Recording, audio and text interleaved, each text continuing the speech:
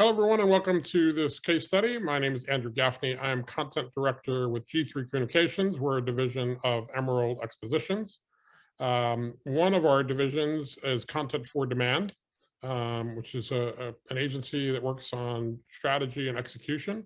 And we're going to be sharing a great client example today. Holly, go back for a second, if you would. I just wanted to set up the stage for the topic that we have here, and then I will tell you a little bit about Content for Demand. So from my perspective, in addition to Content for Demand as a group, we also publish Demand Gen Report.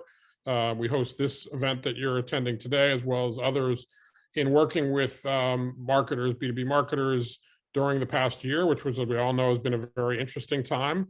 Some of the key things that we had a lot of people talking about the new normal and the need to pivot. One of the most outstanding examples, what I saw sort of firsthand, fortunately, having SAP Concur Solutions as a client of Content for Demand, was the work that they did in this area. Responding to what felt like a constantly changing new normal, staying relevant, staying empathetic, a lot of these terms that we all heard a lot about. I felt like SAP Concur Solutions did a great job with that. So really fortunate today, we're going to be presenting a case study of how they dealt with marketing through uncertainty. We'll be hearing how SAP Concur Solutions use content to meet customers' unique needs amid a time of disruption, which we can all relate to. So go ahead, I'll jump to that next slide. Content for Demand, as I mentioned, we're a B2B content strategy and execution agency. We work with every brands within the Fortune 500, all the way down to venture-backed startups.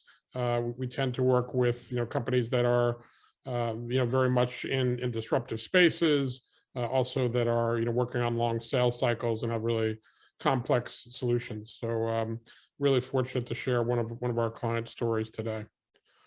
So I'm really glad to have join me today Jennifer Rodriguez. Jennifer is the Senior Marketing Manager for Global Integrated Marketing at SAP Concur Solutions.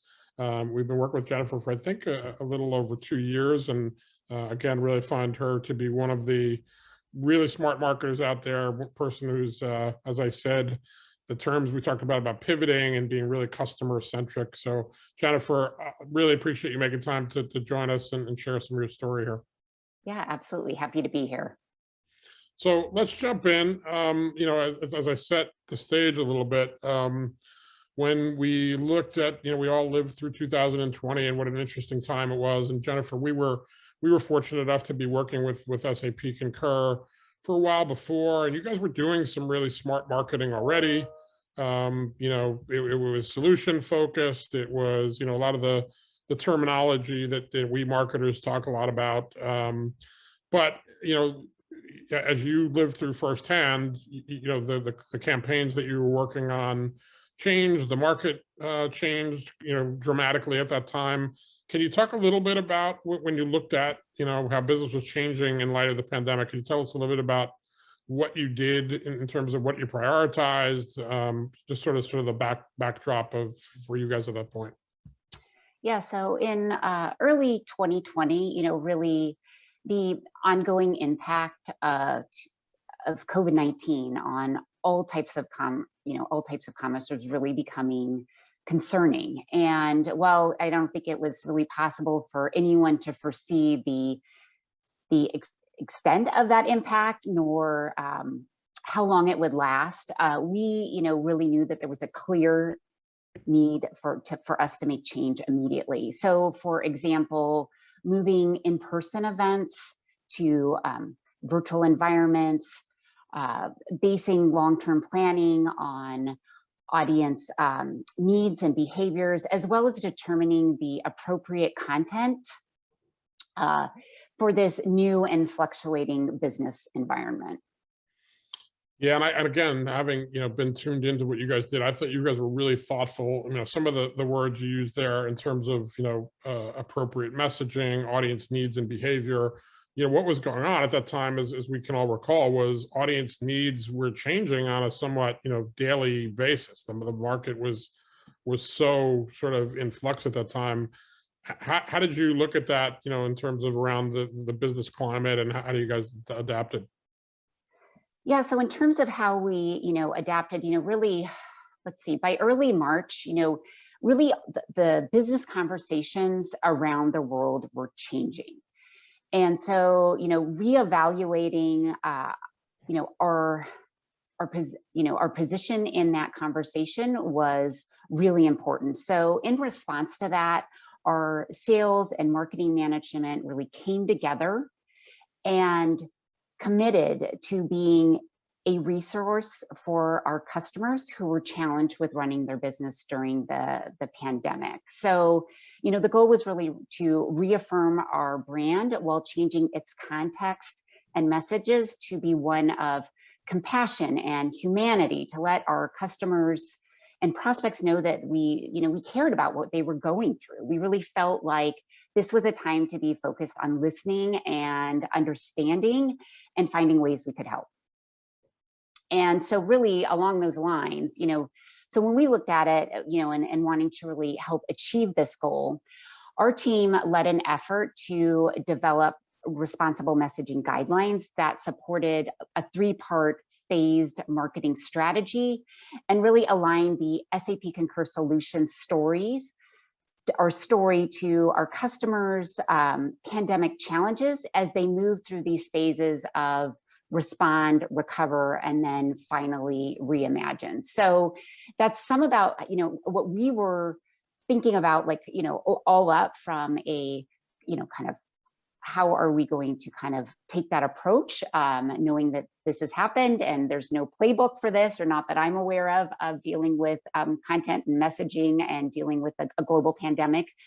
But the other piece that was happening at this time was I was in the middle of a campaign as well as others on my team. And so really, rather than to continue to move forward with those, we paused our campaign activity and we took a step back to really reevaluate our content and our messaging in light of this new business environment. And then we pivoted and aligned to that new responsible messaging and really started to focus on responding and how we could help prospects and customers take action and manage the incredibly unexpected, business disruptions that the pandemic created. So I think, Holly, if you don't mind bringing up, I think we have a great example of one of those pieces that we worked with you at C4D on, and you can see here that this is a best practice list, and this particular list was really designed to be a resource. It was to give some solid business tips to organizations that are dealing with unexpected change. And so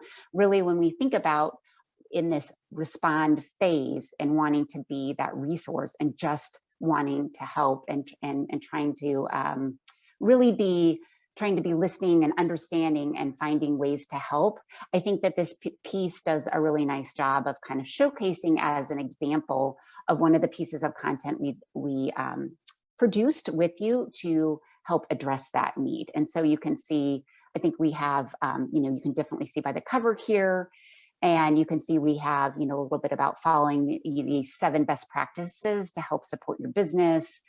And so, and I think we have one more slide on this particular asset that just, kind of takes you through some of those steps. And then really, as the months passed and really the pandemic became our new reality and this new normal, and businesses adjusted and really started to start looking at recovery and beyond, we once again pivoted to meet that shift. And so for our October 2020 campaign, we were really seeking to address this, a focus on more about how we could help organizations create flexibility and resiliency to reestablish momentum and keep their business moving forward. So then I think this next example that we have here that we worked with you on shows that, and I think reflects that. So this is an ebook. It's talking about, it's making the business case for why organizations should be digitally transforming. And so it's kind of raising the question, why in this economy? Well, with the pandemic, it really accelerated the need for organizations to digitally transform as work changed and as people, were now working from their homes and that type of thing. And so with this particular piece, it really focuses on offering a potential solution, so a way to recover, and making that business case for why digital transformation and transforming how you manage expenses and your vendor invoices is really important, especially in the pandemic. And so you can see, I think, on the right here, we have some examples. We also included some analyst quote with this particular piece, just to really help strengthen this business case. And then I think we may have potentially one more slide. Oh, nope, I think that was it. So no worries. So then now we are, April 2021. So, now we have vaccines going into arms and mask restrictions being lifted and some markets really returning to near normal. So hope is very much on the horizon. So, kind of seeing this unfold, we really wanted, again, to pivot and be relevant to where our prospects and customers are at. So our April campaign and messaging really focused on one of, really helping empower businesses in the new world of work that the pandemic created, because the impacts were so long lasting. I think we don't even know today, what work will actually kind of look like in the future. But, I know there's a lot of speculation that some of the changes will stick, like remote working from home or some type of hybrid situation. And so really what we're trying to do this campaign is talk about helping to empower businesses as we start to move out of the pandemic. And so you can see here, this is a great checklist that we worked with you on. And it's certainly about that, all about how we can help empower organizations in the new world of work, and we give some specific examples of how we can help with that. Holly, if you could, I want to ask you to flip back all the way to that first campaign that we looked at, because there's some subtleties that I thought you guys did really well, Jennifer, at every point. So if you kind of rewind, it's been a long year or so, but but back to May, I was back, even impressed when you look at some of the subtleties here, some of the sort of core things that you guys, always, are out in front of in terms of best practice. But then when you get to the next slide, I felt like you guys were out in front about already talking about remote work, which was at this point was early on in the game, but you guys were like on top of it and relevant and responsive. And then like preparing to scale. I remember back, those were conversations that people were starting to have. So I just think it's really interesting to see the evolution of how at every point, I thought you guys were, again, very responsive, very relevant to sort of how people were thinking and feeling about things at each stage. Yes. And then the next one, just to some subtleties I wanted to point out in October, in that next campaign, each way I feel like your branding obviously just keeps continuing to get stronger, on point. But a subtlety here, obviously the art and the people that we're showing, it looks like a work at home environment. There's families, which we were all dealing with at that point. So I just felt like I was really impressed with the way these came to bear, not only just in their titles and messaging, but the formats and everything that you guys incorporated. And then April, again, I thought that the final campaign, just like you said, I think still people today, I know we're part of a bigger organization now, but what is work going to look like? So I just felt like you guys weren't trying to talk about just what you guys solve for the world, but how it related to a much bigger business conversation. I thought, and all the graphics being right on point, I thought all of that was really integrated, strong story. So congrats again to you and the team for all of that.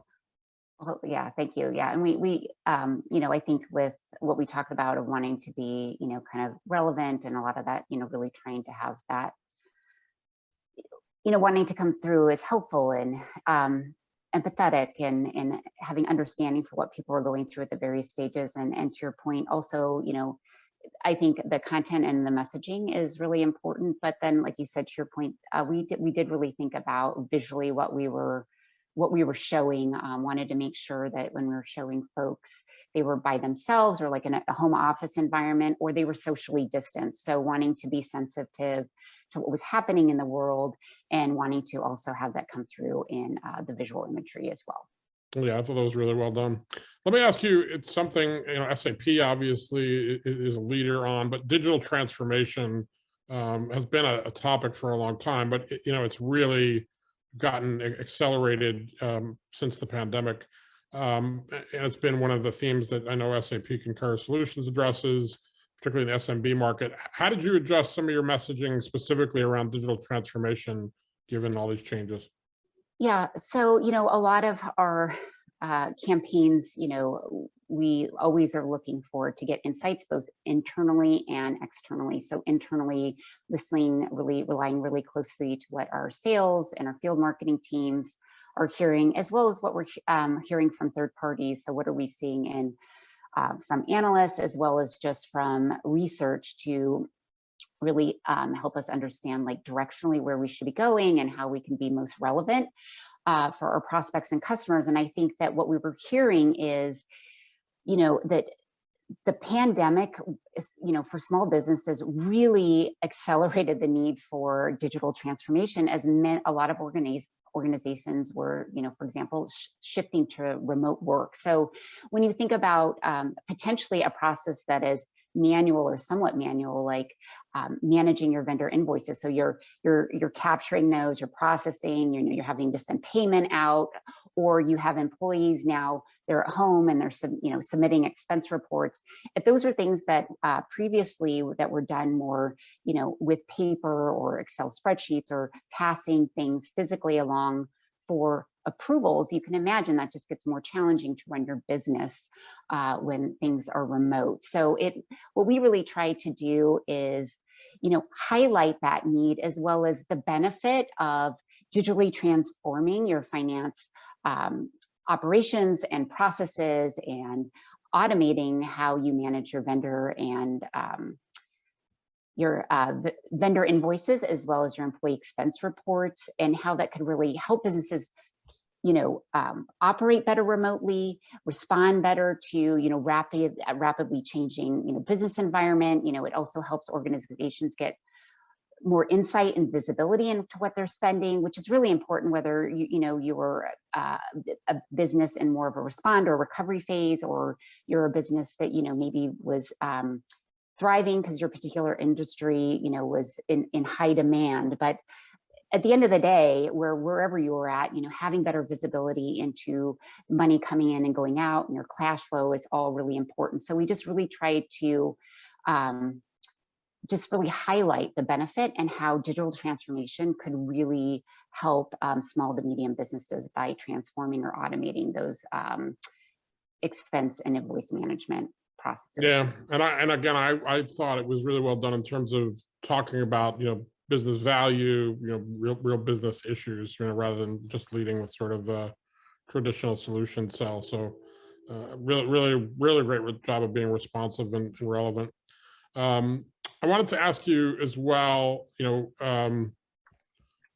talked about, I think early on, we talked about a little bit about empathy, and I think it's been kind of a more important buzzword. I know a lot of the buyers that I spoke to after the pandemic, old school sort of generic marketing messages, the tolerance or patience for them was sort of thrown out the window. People were like, if you're going to message me, given how much is going on in the world, it better be relevant, it better be something of value. Talk about what kind of conversations you guys were having about empathy and how important it was to all of this.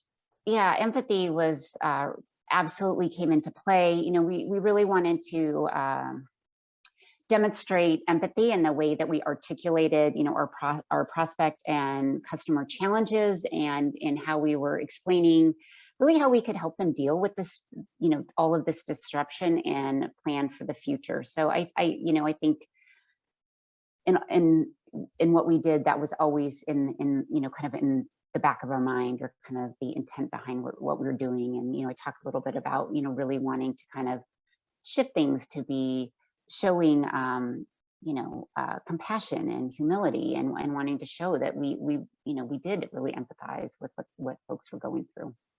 And I thought you guys did a really good job of kind of shifting the conversation away from, sort of the standard industry, practice terms, buzzwords, and I thought that was that intentional.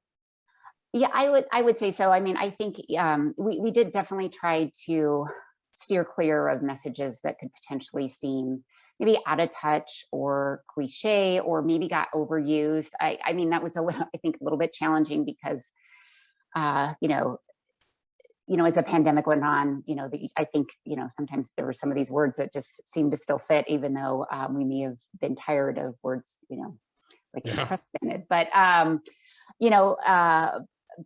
like I said, I think it was just really trying to, again, I think really just coming at it and wanting to, have that right message. And I think when you're coming at it a place from empathy and trying to have understanding and listening and wanting to help, I think it just kind of naturally leads you to maybe different types of messaging and headlines. When you were walking through some of the campaign examples, obviously you mentioned different formats. One of the things that, again, I thought you guys were very thoughtful about was, while everybody was trying to be responsive and relevant, you also needed some balance of, you're going to create a piece of content. You want to think a little bit about shelf life. Also want to think about, sort of maybe what stage of the buying journey it could be for. How did you think about format in terms of those elements or factors? I think that, in cases, it depended on the content. So I think with all of our campaigns, a little bit on the topic, a lot comes down to what do we feel like we need, balancing, kind of what we have. We typically always use a combination of content that works. So, ebooks and checklists and infographics and webinar, and all those play a different role with throughout the buyer's journey.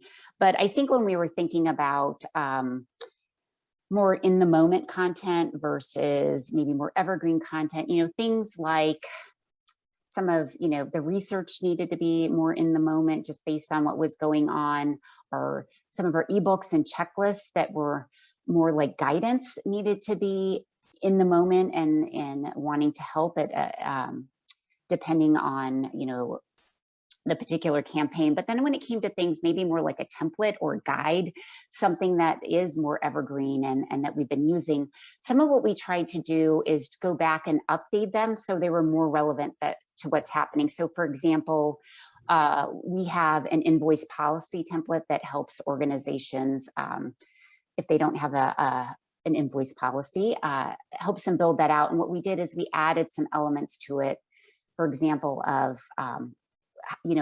elements around working from home or hybrid working from home, that scenario. And so we built that kind of in. So it allowed this piece of content to still say evergreen, but also relevant for the time if someone were to download that piece today.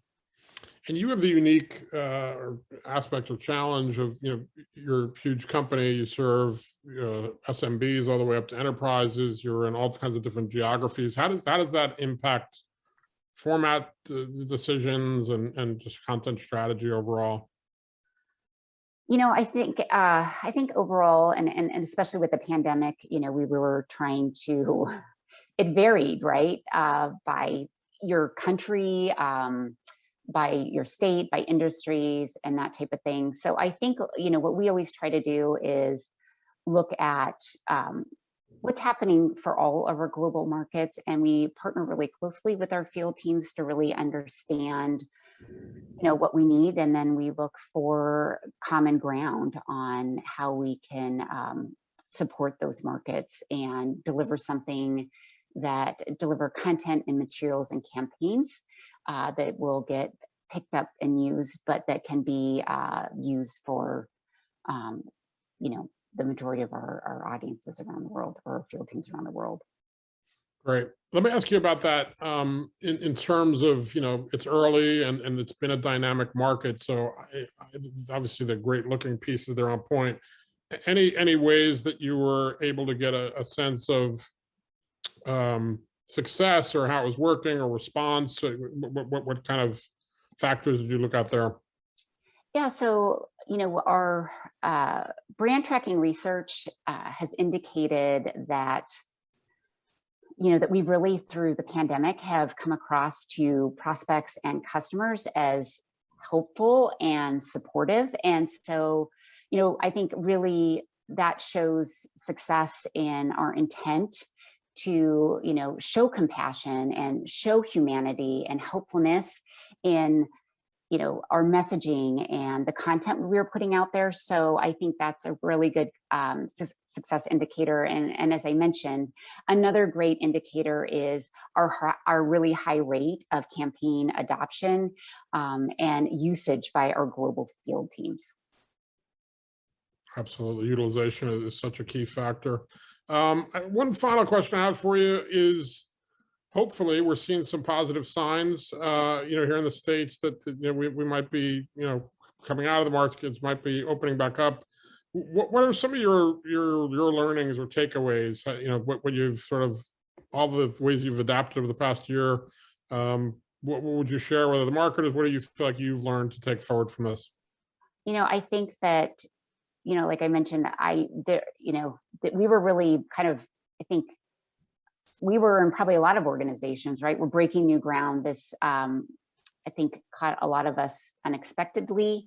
And so I think we really learned a lot about, really staying close to your markets and listening to what the needs are and understanding from both internal and external perspectives, and then kind of taking that in and being really able to pivot relatively quickly, your efforts so that they can be relevant and, to your prospects and customers in the market. So I think just that learning of having to do this and pivot, I think we have learned a lot from that. And I think it'll be helpful going forward, just knowing how to make that change.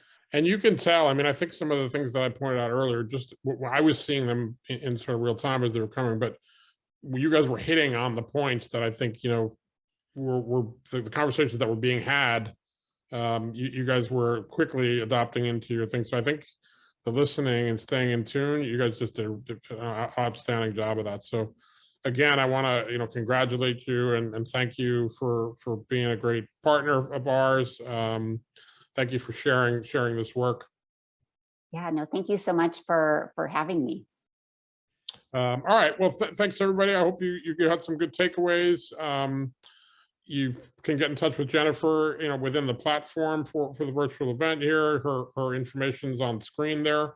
If you can also check out Content for Demand. They have a booth within the virtual environment. So if you want to learn more about them and some of the other work they're doing, encourage you to check that out as well. So thanks again to Jennifer.